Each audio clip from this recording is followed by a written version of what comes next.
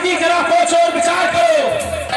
बेटी पति, अरे उस शंकर के पास तुम विवाह करना चाहती हो? अवश्य पिताजी। अरे वो कैलाश पर्वत पर रहने वाला, गांजा भांग धतूरा खाने वाला, भूत बैतालों के पास नृत्य करने वाला, नंदी की सवारी करने वाला और घरदानी, उसके पास क्या है?